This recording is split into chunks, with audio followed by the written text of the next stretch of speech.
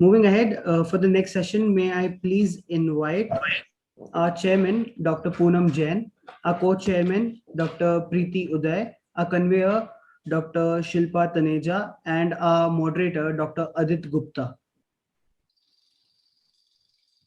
Thank you so much, Purnesh. We're looking forward to this session.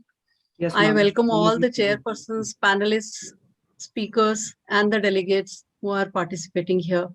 I'm sure this is going to be a very informative and interesting session with the lineup of speakers who are accomplished authorities in the subject. So without wasting any time, let me invite Dr. Adit to start moderating the session. Hi, good evening, everyone. It has been a very interesting program till now, and I hope that we'll be able to put the icing on the cake by the stalwarts that we have for this session, which includes the best of aesthetics in India. We have Dr. Poonam Jain as the chairman. She's a prolific oculoplastic surgeon from Delhi. Our co-chairman is Dr. Preeti Udayketan, who's also the founder of DRR Aesthetics in Chennai.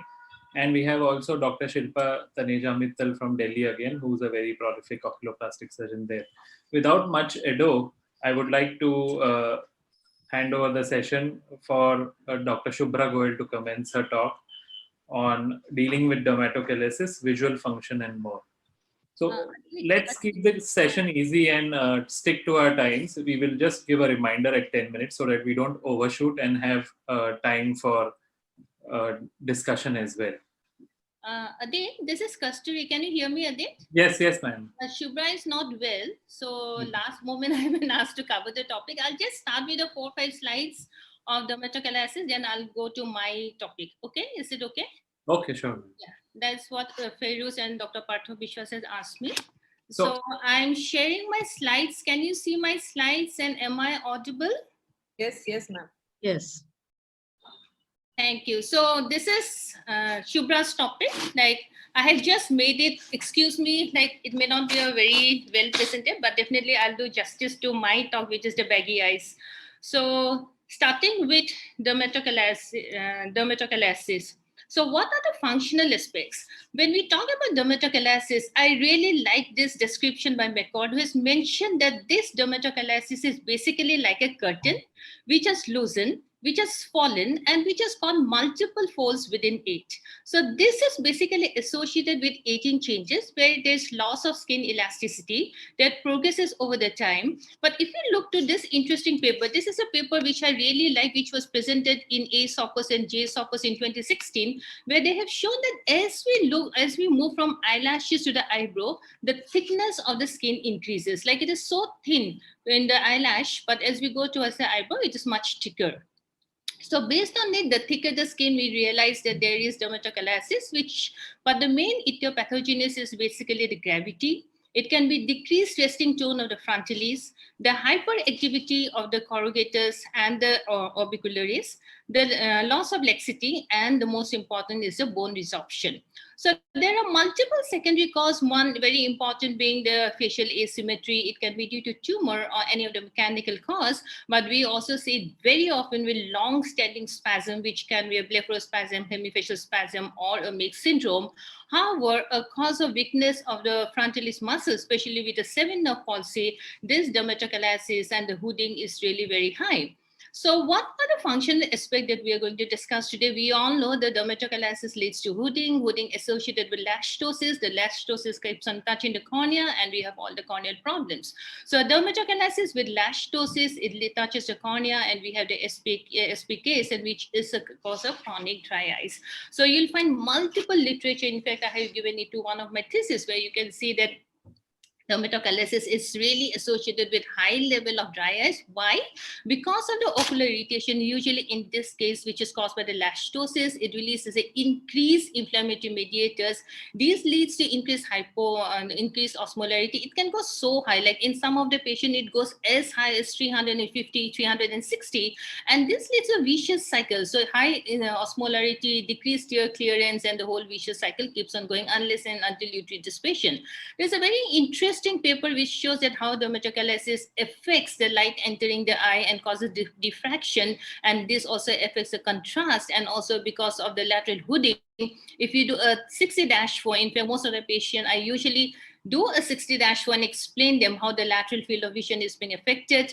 And one advantage is that it has a with the rule astigmatism. So this one advantage, like even in the presbyopic age, it really helps if you have a with the rule minus, but therefore this patient usually do not complain much of the visual acuity. However, if we do a high order aberration test, we'll find the coma and the spherical aberration is much higher in this patient having dermatochalasis, and which gets much reduced following a blepharoplasty surgery. So we have already published this article about what are the functional changes that can occur in dermatochalasis and which can be treated well with blepharoplasty. And I'm happy to share with you all that this time we got the IJO Merit Award 2020. So the choice of treatment is basically the surgery. And when we talk of surgery, this is a very simple procedure, basically a skin, muscle, fat excision, and you titrate how much amount of skin, muscle, and fat that needs to be excised. And then depending upon the situation, like in all cases, it is not that we excise the fat, but yes, with dermatochalasis, definitely we need to excise the fat. And also sometimes we need to do something about the lateral hooding, but most important is the lid crease formation suture. So at the end of the surgery, you can see this eyelash is being directed outwards as compared to this side, the eyelashes not being directed, still being directed inwards. So the surgical technique is very important. The rule of 10, I'll not go much into detail. So this is eyelash to lower incision 10, upper incision to the eyebrow another 10 millimeter. However, in elderly, you can also, in spite of keeping 10, you can also make it 8. So these are real bad situation of dermatochalasis with so much of lateral hooding and brostosis, which can be managed non-surgically in the early stage in the case in the form of chemodenervation, fillers, or surface resurfacing like the lasers, radiofrequency, targeting all the depressors of the eyebrow. And this is how you do the Botox injection, where you need to target all the lower portion of the eyebrow, and also where you need to target the procerus, corrugator, and also orbicularis. And you get a comparatively good result, especially where they really want the eyebrow lift, as you can see here. Nowadays, I prefer filler. I have been doing lots of filler for this eyebrow lift, and it really works good. But one ultimately, because dermatochalasis is an aging change, you need to overcome the G-force, and the best way is by doing a surgery, which can be done by the extended blepharoplasty. I'll not go much into details because one of my speakers will be covering this. But here, I just want to show the difference in a normal aesthetic indication. We don't go the incision beyond the lateral canthus. However, in the functional, you can go much beyond the lateral canthus. So internal brow-pexy is also one of the ways how you can go for a good lift, as you can see here before and after the surgery. And also you can see you give a nice lid crease, giving both a functional and a cosmetic appearance. But in situation like this, when you have very hyperactive procerus and the corrugators, along with the internal brow-pexy, you also need to manage even the corrugators. So here, this is how we do an internal brow-pexy. It's a very simple procedure where you need to give an incision through the saphenous tissue, through the roof, till you expose your periosteum, give a fixation suture, which passes through the saphenous tissue down to the roof and then to the periosteum. And then you go medially, you expose the corrugator and the procerus. But one thing is that though you excise the corrugator, once you leave a cavity out your pocket out here, it leads to too much of fibrosis. So what I have learned from my experience when in this type of cavity formation, what I do is the fat that I already take out from my blepharoplasty, I put the fat there so that there is no free pocket out there. And so like this is a patient, this tautness, this contracture can be taken care pre and post, as you can see here.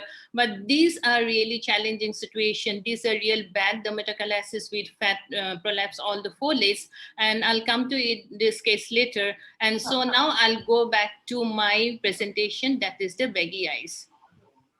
So am I audible? Yeah, you're audible. I just And finished the dermatochalasis. So I'll be speaking my actually scheduled topic, what baggy eyes and what do we do.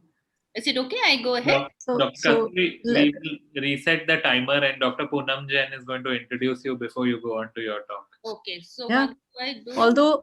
Although Dr. Kasturi doesn't need any introduction, but some people may not be knowing her that she is a very charismatic surgeon and a diva in herself. She is the head of the institution and the head of the department of Shankar Dev Netralaya, Guwahati.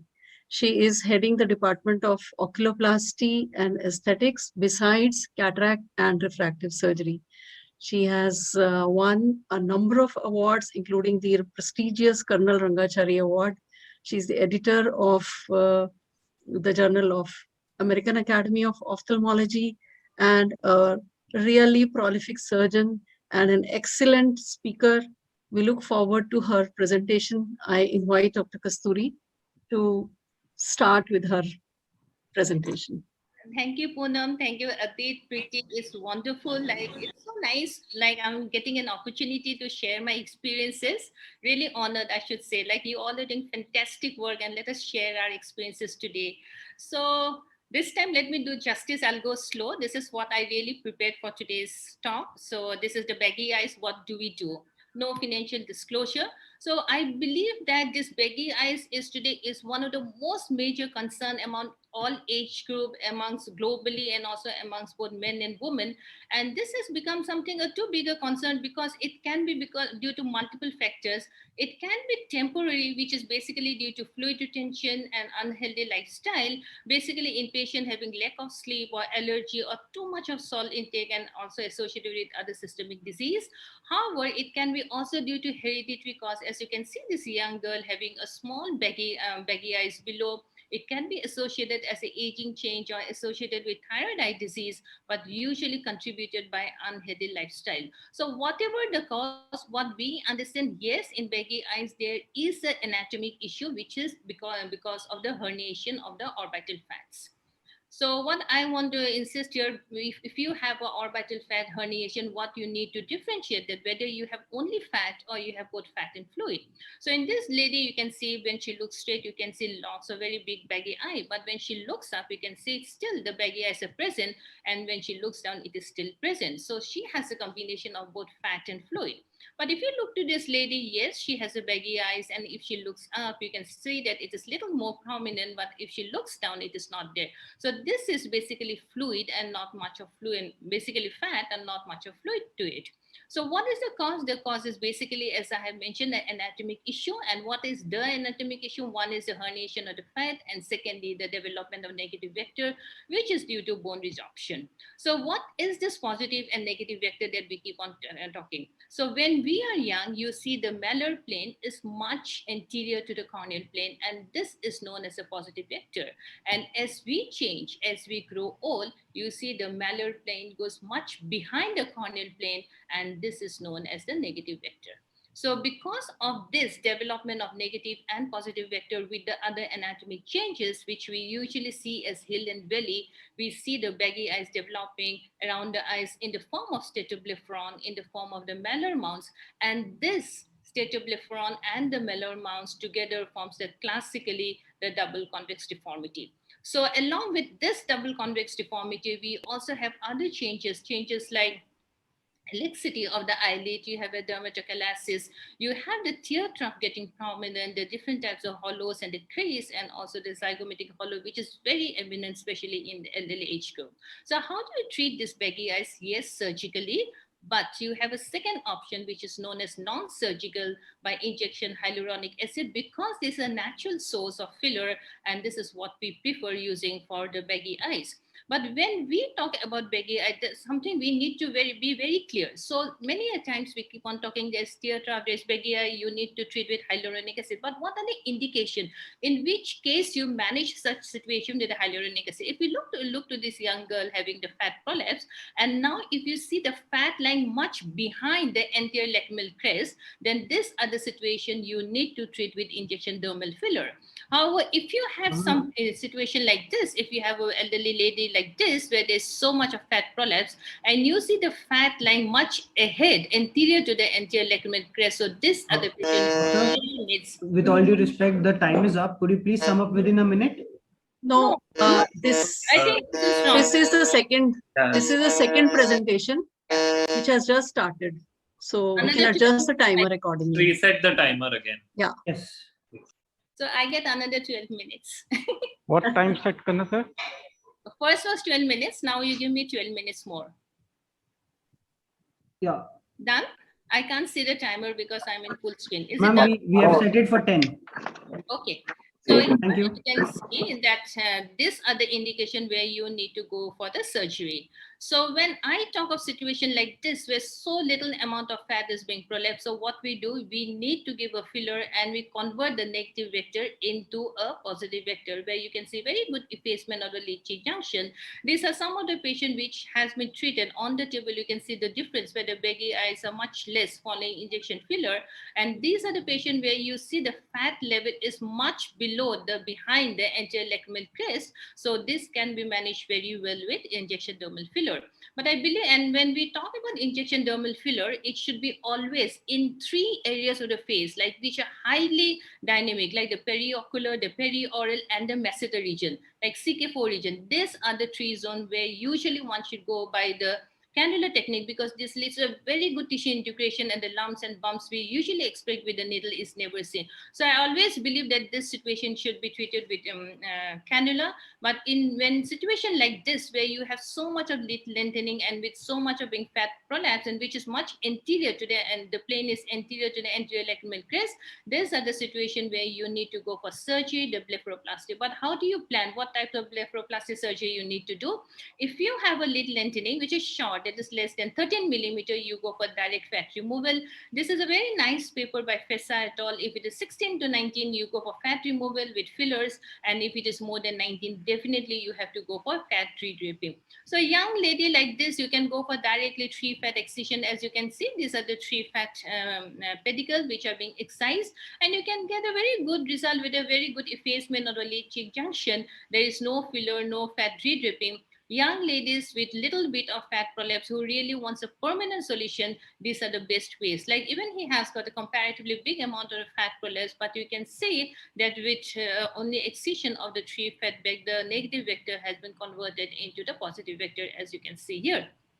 So depending upon the length of the lid, you can decide. But in situation like this, where you have got so long lids, so very lengthy lids, and along with so much of fat prolapse, then you have to follow the tissue preserving technology, which is known as a fat redraping. You can see the fat being much anterior to the anterior lacrimal crest, and this is what we call the tissue preserving technology, where you use the own patient's fat, the orbital fat, where you release the orbitomalar ligament and reposition this orbital fat right up to the SUF region. And this is a small video, the surgery I'm showing, where you know that we basically in the lower lid, we have got 3 fat bed divided by the inferior oblique and arcuate expansion.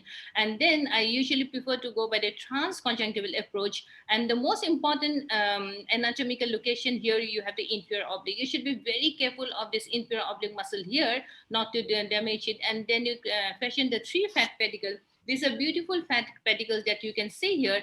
After making these fat pedicles, you release the orbitomalar ligament, and then you transpose this fat, orbital fat, down into the SUF as down as possible. I usually prefer using a Prolene or a PDS suture, and then you suture it over the bolsters. So these are the results that you can see before and after the surgery, where you can see a very good effacement, and even this negative vector, which is being much reduced following this fat transposition. From a negative, you can see it becomes a positive vector. But in situation like this, where you have so much of scleral show along with the fat prolapse, the baggy eyes, this you also need to do a lateral canthal tightening procedure in the form of a canthoplasty or in the canthopexy. So these are some of the patient. I'm really going fast, as you can see, the before and after operation. But what I really want to insist here, that in situation of mid-face ptosis, where you have so much of malar deflation, so much of depression, displacement, you have to take into account the G-force. Only if you reverse this G-force, then only you can restore the facial subunits, and also you can restore the anatomy, the volume, and also give a youthful appearance. So I'll show you something very interesting. If you look to this picture out here, the same lady in the sitting position and also in the supine position. In the sitting position, you can see because of gravity, everything looks down and she looks much deflated. But the same lady in the supine position, she looks much better. And similarly, I can also show you this beautiful young lady out here in the sitting, the same lady, same day, same situation in the sitting and in the supine position. In the sitting position, you see she looks much deflated, but in the supine position, her malar mount looks better. If you look to her jawline, it looks much better. If you look at tear trough, it is much filled up in the supine position, and look to her eyebrow, it is much at the elevated level. So that means what does it suggest? You need to take care of the gravitational force. You need to take care of the G force, and this is best done if you do a mid facelift. A very simple way of doing a mid facelift, you just separate the tissue and do a smash orbicularis slip. There are situations sometimes I suture the smash orbicularis as high as the temporalis fascia. Those are the patients when they are very thin patient. These are the situation where you can suture much higher. But even for thick patient, the thick skin patient, I limit my maximum suturing limit is up to the lateral canthal region, somewhere around the lateral canthal region laterally. So once you transpose the medial and the central, and then you expose the smash, you expose the orbicularis, and then you suture at a much higher level. I usually use a 4 or Prolene or a 4 or Vicryl, and along with it you do a lateral canthoplasty. And you can see, like in this lady, you'll see a very different, you see the difference. This is the same lady before and after all the aesthetic surgery, going upper lip blepharoplasty, lower lip blepharoplasty, and some amount of the mid facelift. And a very simple mid facelift that I have done here, you can see that so much of this mid face ptosis got recovered following the little and the small procedure which was done along with the lower lip blepharoplasty. So with this, I'll be concluding my last slide. Oh, this is the patient where this is a real baggy eyes, having baggy eyes, upper lid, lower lid, everywhere. So these are the patient along with lower lid blepharoplasty. What you need to do upper lid blepharoplasty, you need to excise the fat.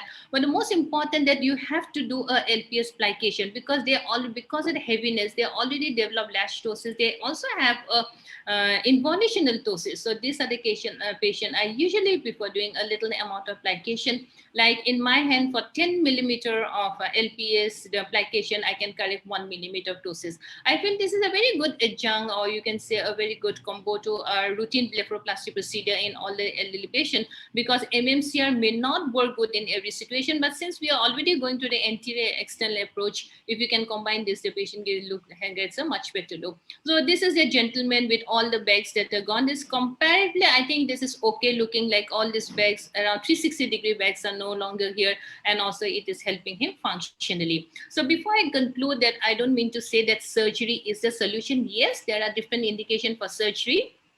You can go in the early stage, like the peels and the laser resurfacing. Adit has got great experience on lasers, and I'm sure Priti and Poonam must be using PRP, Shilpa and all. Even I have a good experience with PRP. I think this is a good option. But ZAF5, this is something which is coming, and I think it should come soon to the market, because it really takes care of the fat without any operation. Very important is that preoperative counseling and the final results. Usually I tell them you wait for 8 weeks or so, then only you get the result. Most important to follow the COVID guidelines in these days, and the most important is the basis of the surgical principle, the basis of reversing the effect of gravity in order to give a volume enhancement, and this will ultimately make a happy patient and definitely a happy surgeon. Thank you very much for your patient hearing. Phenomenal talk, Dr. Kasturi, as always, and beautiful surgeries. I must congratulate you for keeping the field almost bloodless. Now, we do have some time for some questions. So if any of the panelists, Dr. Preeti, if you want to make a comment or ask a question. Yes, excellent talk, Dr. Kasturi. It's always a pleasure to listen to your talks. It was really beautifully demonstrated. A few questions that I have. The first question is, in spite of all the measurements that we do for upper lid blepharoplasty, if at all we get an asymmetrical lid crease, and if you realize that you have excised a bit more in one eyelid, what is your technique to correct this? Priti, I think on 27 there's an IC by Savri, revise and review. And you promise you attended, because I'll be showing all my complications in that presentations. And there in my hand also, I had postoperative asymmetry and how I had managed whether to increase the lid crease or to decrease the height. So I'll be showing all the videos. These are all the complications you'll be seeing. You have to wait till 27th. This is what to say. I want to give you a surprise, and I'm not going to leak out now. Ask me something else. So another question is for the lower eyelids for very early fat prolapse. You said you would prefer to do a filler. Do Mhm. you see that when you camouflage with a filler in different gazes, like when the patient looks up, especially, the fat is seen separate from the filler? Is there anything that you do to prevent this? Pretty, that is why I always insist that we should have a very good tissue integration. That's why I feel that cannula gives a much better result. Initially, like when I was basically with my needle, yes, you find a line of demarcation between the trough, the filled up trough, and the fat, right? Yeah, But yeah. here, and there's one more thing which I am planning, and I have done in few cases. The first layer of volbella, then a volite. Okay, if you have a two layer, and this gives a much better result because volite is very superficial. You have just need to be intradermal or subdermal, and the volbella is in the subcutaneous or just above the bone. So if you have a two layer of this different type of filler from the same company, that is one good option. Otherwise, I feel that all this three dynamic zone, the eyes, the mouth, and this masseter, this should be always managed with cannula to give a very good tissue integration. Mhm. Okay. And one more question is like these patients do very often have dry eyes at that age. Is there any criteria? Ma'am, the time is up. Can we take it personally, please? Okay. So let's do one thing. We can take all the questions together at the end. Yeah, Yes, ma'am. We can also do that. Sure. Okay, over to the moderator. So Dr. Shilpa is going to introduce Dr. Debraj, who was also her mentor in a particular during her days in Mumbai. Yeah. Hello, good evening, everyone. So it's my pleasure now to introduce Dr. Debraj Shom to all of you. Although all of us know him very well, he's a well-recognized name in the field of aesthetics and facial plastic surgery as well. He's the director of Aesthetic Clinics, which has its centers pan-India. He'll be sharing today his experience about the botulinum toxin in his aesthetic practice. Over to Dr. Debraj, please. Thank you, Shilpa. Can everyone hear me? Yes, we can. It's so good to see you all. We've mostly got tired of seeing our own faces in the mirror and mostly with the mask. So it's good to see that there are other people also available on the planet. Good to see you all. My name is Debraj Shom, and I'll be talking about botulinum toxin injections. Obviously, it's a very, very vast topic, and it typically takes approximately about 10 to 14 days for us to train someone in Botox. So a 12-minute talk can't really do much justice to this, but nonetheless, let's start. Certain financial disclosures are in place. I am a faculty for Asia Pacific for Allergan, as well as a faculty for MERS, and they make the two most well-recognized botulinum toxin products which are available in India today. And the first thing really is to understand facial aging. And unfortunately, I mean, until this particular paper actually came out a couple of years ago, it appeared like most of us were treating Indian patients based on the data from the West. We conducted a photographic study, which a serial sequential photographic study, which sort of showed us how Indian faces age. And when you look at these ladies going through the aging process, you sort of understand why William Wordsworth once famously said that as we age, we become caricatures of ourselves. You look at how the aging process goes on. So essentially, it's mother gravity pulling all our tissues down. And the same happens for men as well. Now, this is not the podium to really speak about this particular paper, but the main thing that we found out was the upper third of the face ages very well. It's really the lower face and the neck, which is a problem in Indians.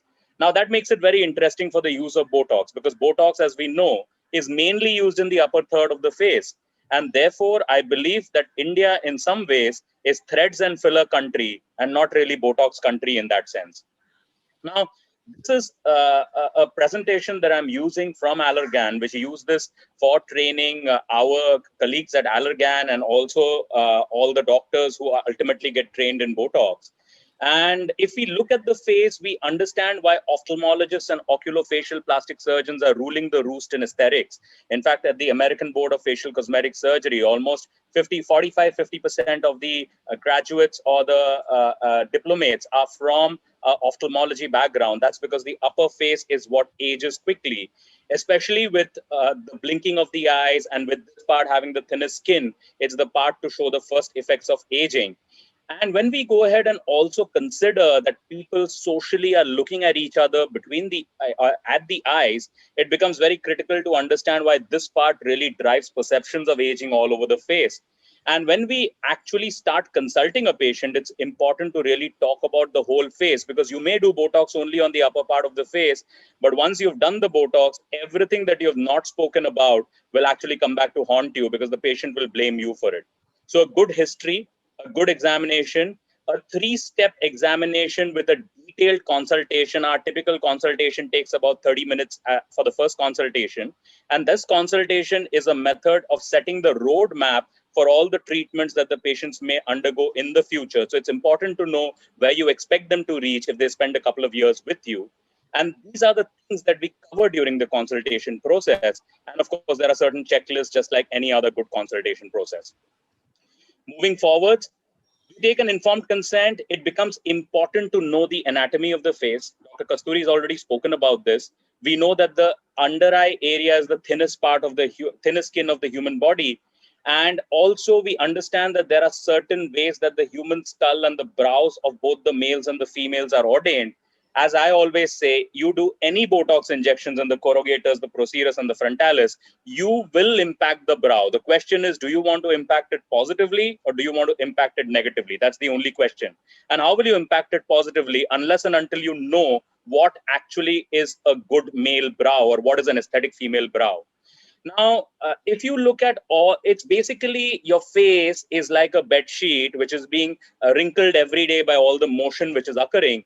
And you obviously need to know the anatomy, you need to know the blood supply, you need to know the nerve supply. Those go without saying. But these are some of the important nerves that you should be knowing about. Now, as we move forwards and as the aging occurs, the skin tends to become thinner and thinner. And as the skin becomes thinner, the same muscles which were not able to cause too much wrinkling now start causing wrinkling, similar to how a thin bed sheet creases much more than a thick bed sheet.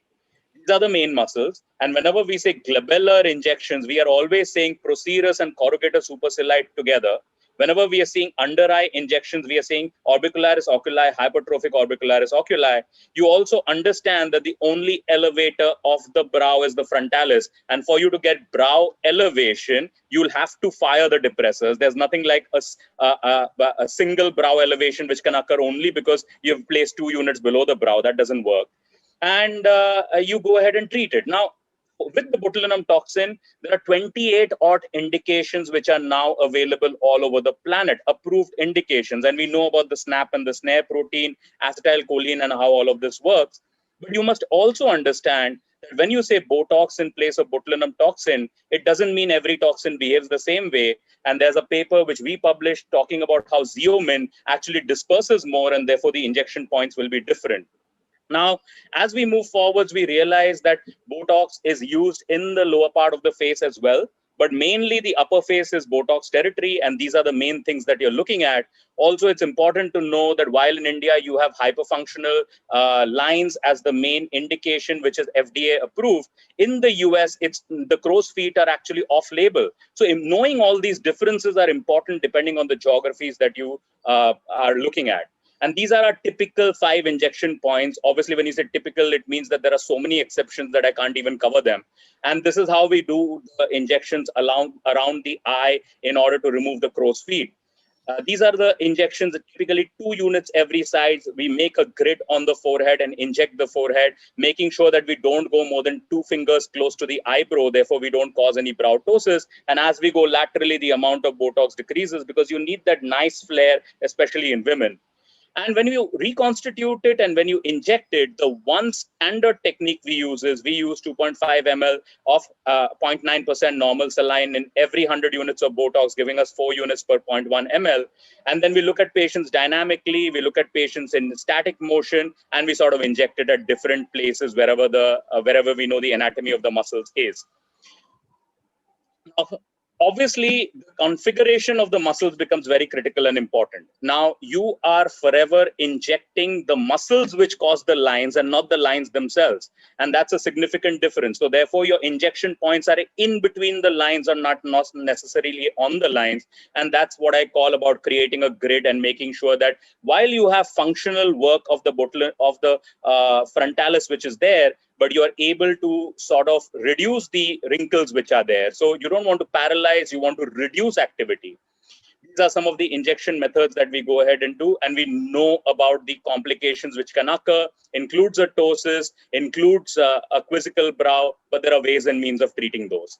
There are also newer techniques that we are perfecting all the time. It's becoming important for us to realize that the squarish jaws that most Asian women, including Indian women, are blessed with also responds really well to the botulinum toxin. And we actually published a paper which showcased how you can change the shape of the face using the botulinum toxin serially over a period of time. And these results actually last long. They last 4 years or more, as opposed to the botulinum toxin for the frontalis, etc., which can sometimes last less than 12 weeks. These are some of our other papers which have got published. Obviously, as you move forwards, the objective of science is to keep publishing, to keep pushing the levels forwards, to keep making sure that people are thinking about everything that they do.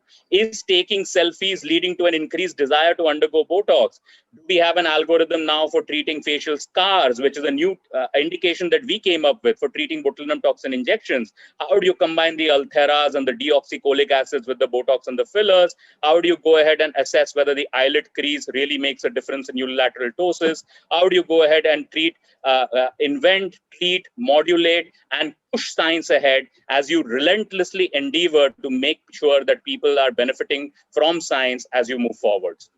Now, training is an important part of what we do. And like I said, what we usually spoke about in this short 10-minute conversation is what we take typically 14 days to teach. There's a lot to learn and we love teaching. So if you're interested in learning, please come forwards. And of course, as we all know, it is a bad time to be a doctor, with doctors and hospitals getting whacked on a daily basis by patients. And I think the important thing is communication and taking that thing forwards as well. Now, thank you for your kind attention. It's 12 minutes were awarded to me. I've sort of finished in 10, but it's very important to understand that you could go ahead and take facial aesthetics and facial cosmetic surgery forwards. That's what we do for a living. And there's no reason why more and more ophthalmologists couldn't take that way forwards to earn their bread, butter, and jam. Thank you for your kind attention and a very patient hearing. Thank you, Thank Devraj, you. for keeping it short and sweet. Your talks are always to the point. Since we are running short of time, let us keep all the questions towards the end. I would now like to introduce the next speaker, Dr. Milind Naik. He needs no introduction, and it is a pleasure introducing him as he is my teacher as well. He's a sought-after speaker at most of the national and international forums. He did his fellowship in oculoplastics with Dr. Robert Goldberg at UCLA and has almost spearheaded the cosmetic oculoplastic work in India. He has more than 200 peer-reviewed publications and is a consultant at the oculoplastics department at the LB Prasad Eye Institute, Hyderabad. Today, he will be speaking on safety and indications of cosmetic fillers around the eyes.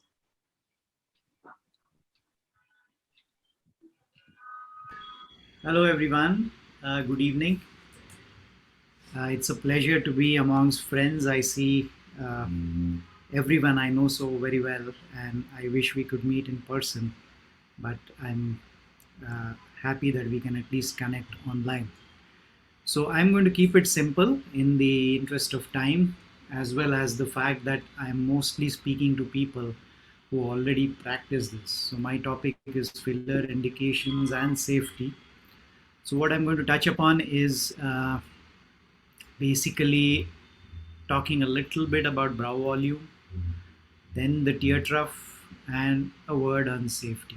So keeping it very simple. Whenever we talk about brow volume, for someone who is not into it really, can get confused as to which volume we are talking about. So this is an intraoperative photograph which is showing the orbital fat, which is limited by the orbital rim, and beyond the rim you have this subbrow fat. And this is the fat we are talking about in order to volumize whenever we speak of volume within the brow region. So here is an example where you see a fold of skin, and obviously to a novice eye this would look like a case for blepharoplasty. But what has happened here is that the brow has deflated. The convex forward anatomy of the brow has become sort of flat or deflated, and that is the reason why excess of skin is visible. All we need is to fill it up. So you could do that either with a filler or fat, and you would get that convexity. Not only would you get the convexity, but the fold of skin would disappear. So here's a video. This is obviously done for a reason of enophthalmos in a patient who was also undergoing a filler into the orbit. But here I'm showing the technique of injecting the brow area. So you are outside the orbital rim. You are within the retroorbicularis oculi fat, and as I go more medially, where you're likely to hit vessels, I'm aspirating before I inject. So injecting deep, just above the periosteum, to get the desired contour is what we are trying to achieve here. So this is the example I already showed you. Here is another lady where we haven't done anything to the eyelid surgically. It's just the brow volume which has been made convex, apart from other injections such as the temple. So you can see the fold disappearing with the filler injection. Tear trough, we all do this procedure. As I have evolved with this, I have learned that earlier when I was sort of new to this technique, I used to go right into the depth of the tear trough and inject there. And it never really gave me any natural results. But now I stick to more towards the thicker part, which is towards the cheek, and not go towards the eyeball. And that is what really gives me the desired contours. It also looks more natural. And mind you, it's not always that you find bone beneath this area. So considering bone as your guideline to inject it deep may not always work. It may work in a majority of cases, but there are some where you are actually injecting over the orbital opening as such. So injecting more towards the cheek and to raise that thicker skinned cheek anatomy higher up into the tear trough is what I find more useful. It also reduces the number of bumps that I get in this procedure. So you can either do these for the young who want to get rid of their tear trough.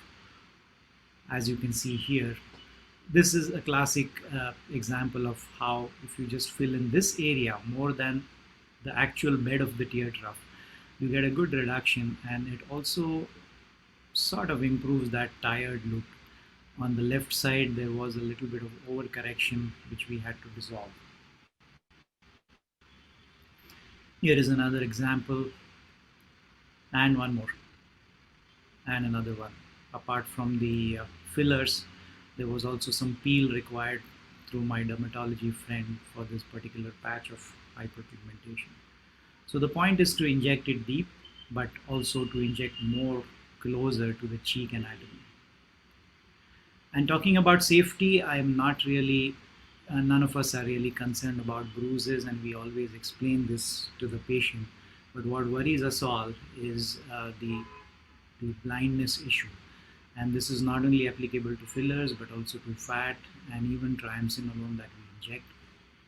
And if we were to revise the anatomy as to why this happens, it's basically the filler going reverse direction through one of these branches, if at all your needle happens to be in the artery. So it goes backwards, reverse flow into the ophthalmic, and then somehow comes anteriorly to lodge into the central retinal artery. So there's been a lot of research on this topic. People have tried to use retrobulbar hyaluronidase. There have been studies on animal models. Adit was very actively involved in these.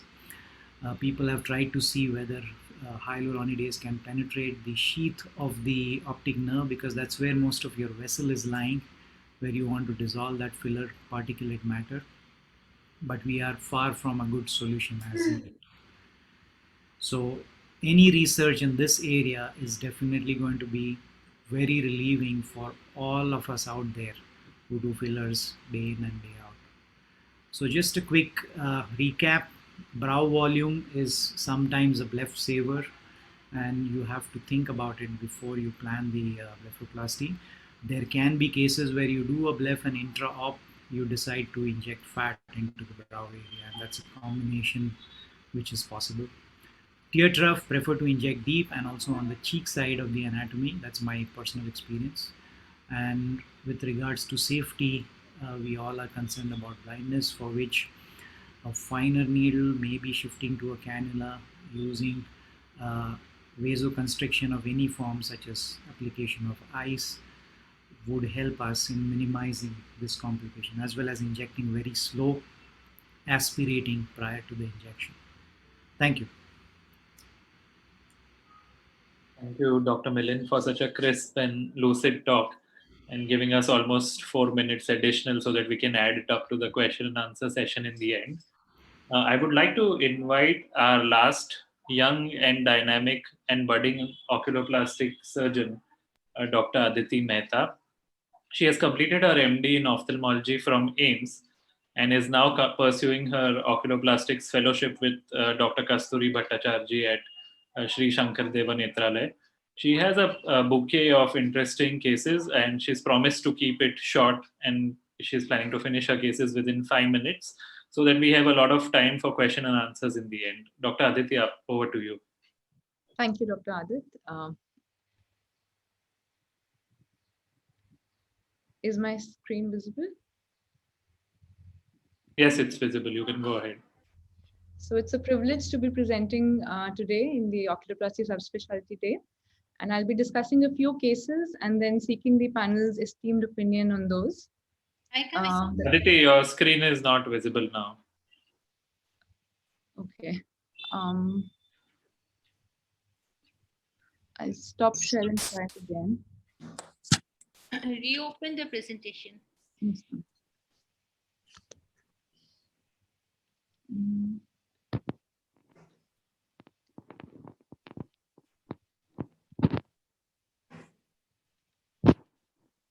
Is it visible now? No, it's not visible. You can go to the slideshow of your presentation. In the meanwhile, till you sort it out, maybe we can take a quick question for either Dr. Milind or Dr. Kasturi. Dr. Preeti, you had a question for Dr. Kasturi, right? Yeah, Adit, actually, I could ask that to both Kasturi as well as Milind. Is that now we are in COVID era, and I think we have to have certain guidelines. So I'd like to know whether you have changed your practice in these times with respect to Botox as well as fillers, and how do you space your injections with the vaccination schedule of the patients? Dr. Milind? Well, for the injectables, at least, there is no change in the protocol because it's a clinic procedure. And I'm not aware of any literature which talks about how these two injections can interfere with the vaccination. So if they ask me, I just tell them to go ahead with it at any point of time. Yes, but post-vaccination, they may not be able to come to you for a follow-up. So best is to do it after the fillers all settle and your review is done after 2 weeks. Just to comment, there had been some reports of vaccination causing swelling around the face, especially in the US. There were a few incidental cases where people after vaccination developed swelling and imbibition of water within the fillers. So anyone has had that kind of experience here in India in people who have received vaccination, or the timeline is too short to comment on it? We published a paper actually, Adit, in which there was a hypersensitivity reaction in a patient who had a filler inside. This was with Juvederm Voluma, and the patient had been injected with Juvederm Voluma multiple times before, and especially had been injected about 6 months prior to developing COVID, but this was not the vaccine. And post-developing COVID, she developed a very funny fluid sort of a bag over the areas where the injection was done. So it's basically the L1, L2, CK1, CK2 sort of areas. And initially, we couldn't figure out why the patient should have swelling when no needle had been introduced into the patient for about 6 months prior. But on careful questioning, we realized that there was COVID, which the patient had. There had already been a couple of studies which had talked about how immediately post the injection, the filler injections, COVID had caused some sort of a swelling. But this was, of course, a much more delayed hypersensitivity reaction. 6 months later, you'd presume that the fillers would stop reacting, but they had reacted. And this got published in the Journal of Cosmetic Dermatology. Happy to send a PDF over. Okay, Dr. Aditi, have you sorted out your issue? Can we have you sharing the screen? Debraj, what do you think the cause of It's this 5 swelling? o'clock. Why do you think that there is swelling following filler? Madam, the truth only, good evening, ma'am. The truth is that only God knows. We can only hypothesize. And we just hypothesized that it was some sort of a delayed hypersensitivity reaction which was occurring with the COVID. So the reaction to the COVID possibly led. It was very, very strange indeed. I saw the patient myself, and it was only in the areas where the filler was injected, and it was visible only on the zygomatic and the maxillary areas. The filler had been done all over, no other place reacted, and it was on both sides. And we did nothing. We just gave some mild steroids. 10 milligram, a lady was about a 60 kilo lady. We gave her 10 milligrams of steroids, tapered it after 3 days to 5 milligrams. In 7 days, it was completely gone. Also, there have been some reports of post-vaccination transient thrombocytopenia, and they have advised to wait for 2 to 4 weeks after vaccination before you give these injections. So I just wanted to know whether we follow that here. That is valid for most of the surgeries that the general surgeons are doing, because as far as injections are concerned, except for those case reports that were there in some journals that, as Adit mentioned, that after vaccination, the areas that had filler showed definite swelling. I don't think, what do you say, most of us, did we give these injections during the time that the COVID was on peak? Yes, because myself, you did? Yes, we have. Okay. We've been open throughout, not exactly with the same gutso as we would have been without COVID, but we've been open throughout, right? From last April, we've been open throughout. That doesn't mean we did elective procedures all the time, but there have been times within the second peak, etc., and post-vaccination when we've injected a significant number of patients. There has been no reaction with anyone except for this one lady, where she's gone ahead and developed hypersensitivity. And funnily enough, she didn't receive the injections during COVID at all. She developed this swelling in August. She had August 2020. She had COVID in July 2020, and she had been injected 6 months prior, which was probably January 2020, when India was still about getting used to the idea that COVID had impacted the world. A lot of ophthalmologist colleagues are also seeing patients presenting with bilateral upper eyelid edema, which is very similar to angioneurotic edema, which is seen. This is seen within a week of COVID vaccination. So maybe it's some sort of a reaction to the protein which the vaccine contains. It resolves spontaneously just with use of anti-allergic. So it could be the same reaction with the filler material as well. Possible, completely. And advertently or inadvertently, we've had patients who've sort of told us later, I remember a couple of people who've told us afterwards that after they've got the injection, that I got COVID vaccine yesterday. You did the Botox today. Is it going to sort of create a problem? So we were like, okay, we've done what we had to. Now let's see if there's any problem. There was nothing at all. No reaction whatsoever. As we know, typically with the COVID vaccination also, there are patients who don't even have myalgia, and there are patients who respond much worse. So maybe there's some DNA associated or genome related things which really contribute to some of these things. Don't know the answer. Aditi, ready with her presentation? Otherwise, I'm still unable to share. I'm just logging from a different laptop and trying that. But I have a question for Dr. Kasturi. Dr. Kasturi, if you have a big, significant malar festoon and you are doing a blepharoplasty, how do you modify, and do you modify your technique? Yeah, for festoon, I usually go by external approach, transcutaneous approach, and there I need to excise the skin. If I go to the transconjunctival approach, then I try to do a smash lift. I do a SOOF lift and whatever the excess amount of skin, I excise it so that it comes to a single plane. In case I plan to do a transconjunctival, then the festoon area, again, I excise it separately. But I have And done, gives separate sutures yeah, gives with separate. another I suture have line. quite a good number of festoon excision. Dr. Aditi, are you able to sort out the screen sharing issue? Where is she? My best. Currently on screen sharing, can anybody see it? It's in the full screen No. mode, the PowerPoint. Like you send your presentation to one of us, Yes, ma'am. and share it from our system. Yes, I ma'am. think we'll- Exactly. I was actually going to come up with the same solution. You could Yeah. mail it to either one of us and we could share it for you. Just send it. You can WhatsApp also. I can open it from the WhatsApp. The WhatsApp is in my system, because even if the video doesn't play, it is okay. I think she has some very good, interesting cases of COVID-19 related. All this. Ma'am, you can share it. You can share it from your phone also if you have the Zoom app. Okay, I have to put the PPT on the phone then. Yes, you will need to put the PPT on phone. You will In be. the meantime, you email or send it by WhatsApp to me. Yes, ma'am. The email is going to you, yes, ma'am. I think meanwhile, if there are any other questions, they can be addressed. Yeah, I think regarding I have few patients where the patients were not even knowing that they are having COVID. I was also not knowing that these patients are all COVID positive.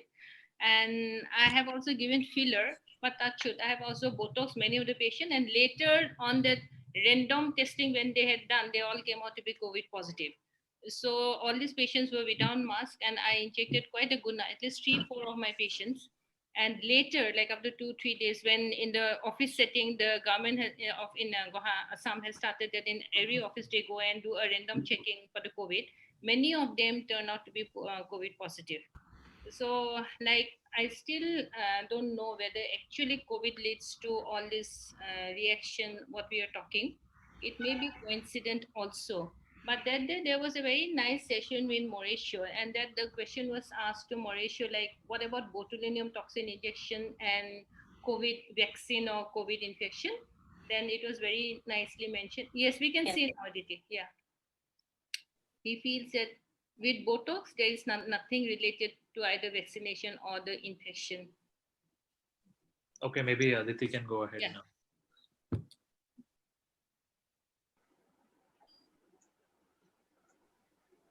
Now we cannot hear her. Can you hear me, ma'am? Okay, we can hear you. Yeah. Okay. Can you see it also? Yeah.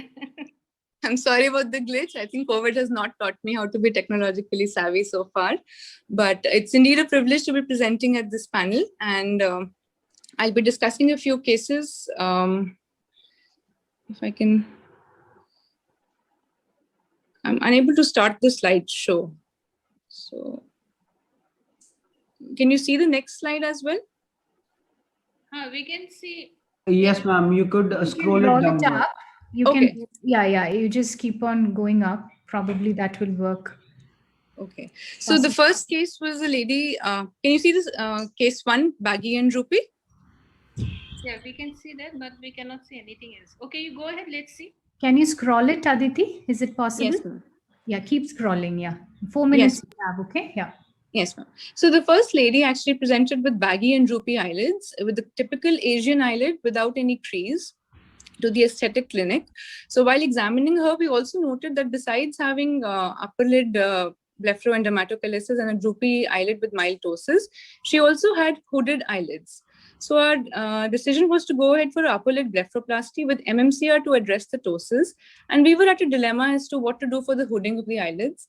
We had the options of doing an internal bropexy, an extended blepharoplasty, or a brassiere suture.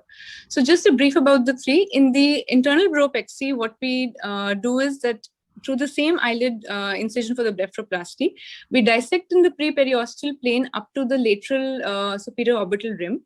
The idea is to address the lateral brow ptosis and the hooding.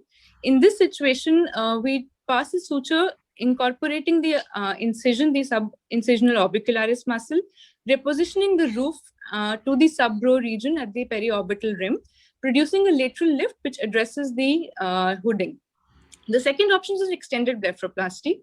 As we all know, the conventional blepharoplasty incision involves a concentric shaped incision where the highest point, the highest width of the incision is at the mid-pupillary plane, and it's like shaped like a crescent. But when we want to include addressing the hooding, we intend to make the incision more decentered, in which case we extend the incision laterally till the lateral canthus, and then giving a sharp angulation of 15 degrees, we take it upwards till the lateral edge of the eyebrow.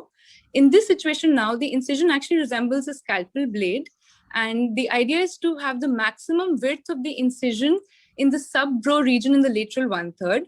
This will address the extra lid in the lateral part and also address the hooding. The third option is a brassiere suture, which was actually described as the brow fat pad suspension suture as early as 1997.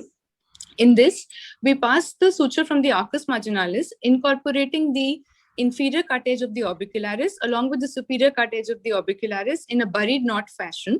About 3 to 4 sutures are passed, and all of these are to be kept lateral to the orbital, to the lateral limbus, as they would produce lagophthalmos if they extended too medially.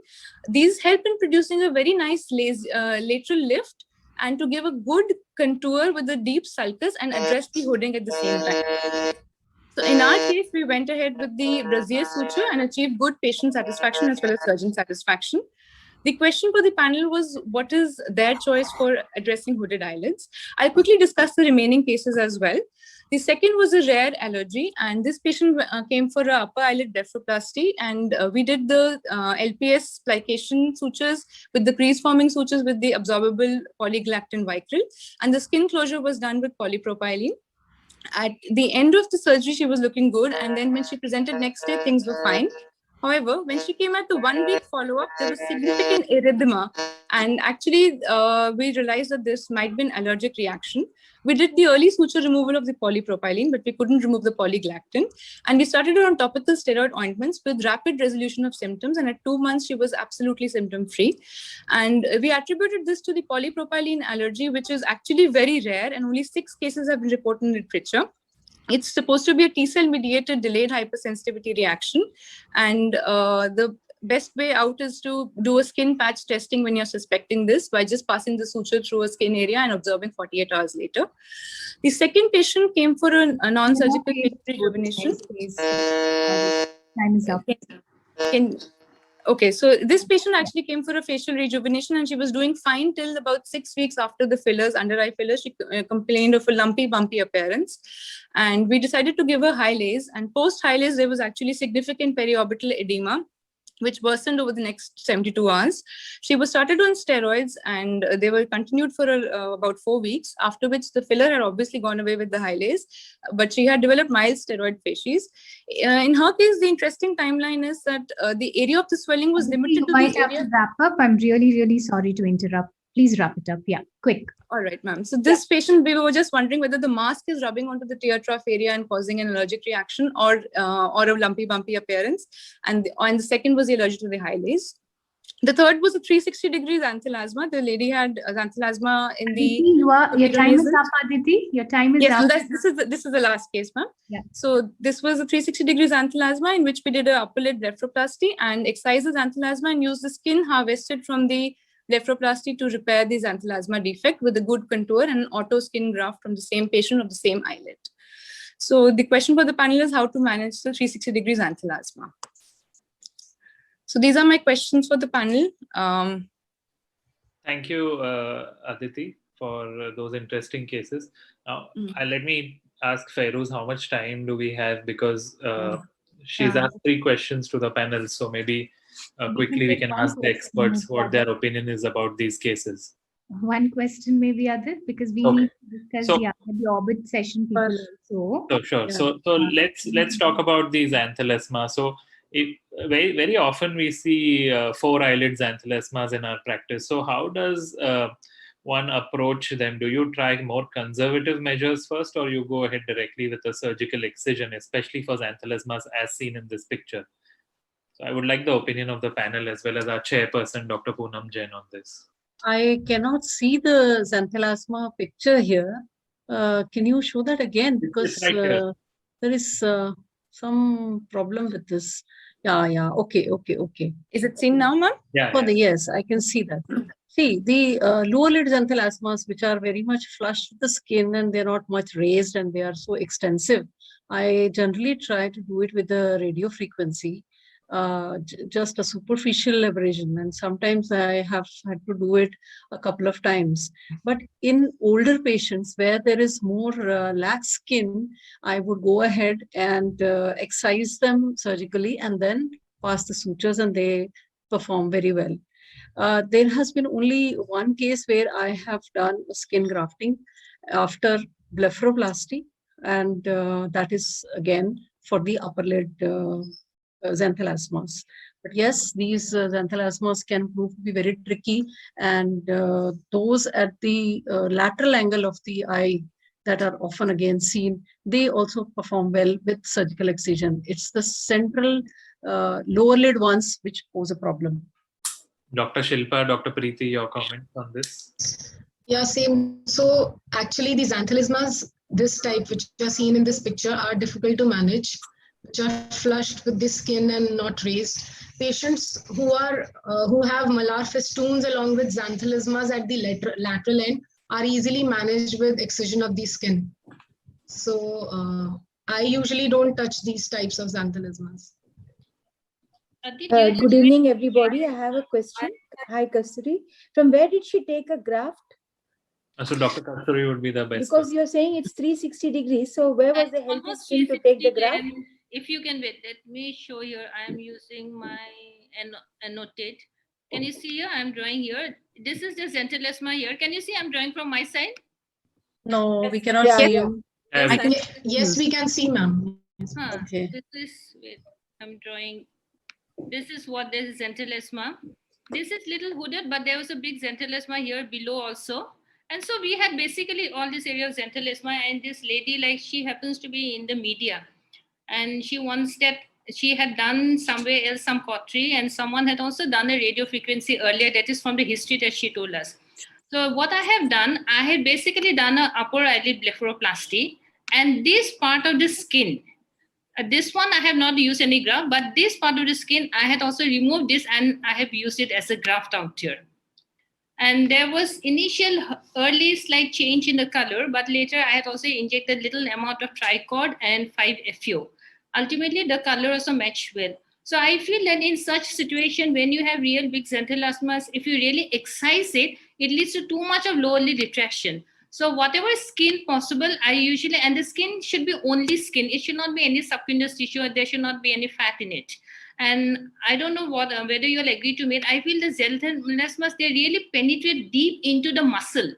Like it, I have never seen only xanthelasma involving the skin. Every xanthelasma penetrates up to the, even deeper than the orbicularis. So you need to excise this big slot, and then whatever skin is remaining from here, I have given the graft here, and this gave a comparatively good color match. Yes, ma'am. Thank you, Kasturi. Because xanthelasmas, one other thing is they are very, very, very vascular. They can bleed. I have gone back in the middle of the night to do cautery and resuturing. So I think that's another important point to be kept in mind for xanthelasma. That's a nice case. Thank you. This is really a challenging case, but ultimately, okay, she had a good match. There was no much difference in the color of the skin after 3 months. And very interesting, this proline was used and also had some reaction. Okay, yes, we are getting kind of very often that we need to pass on the mic to the orbit session people because they've not had their discussion up till now. So I know we have a lot to so let's 1 hour to discuss all these cases because we can go on. So we have to conclude the session. We have had a very interesting session. I wish we had more time for more discussion.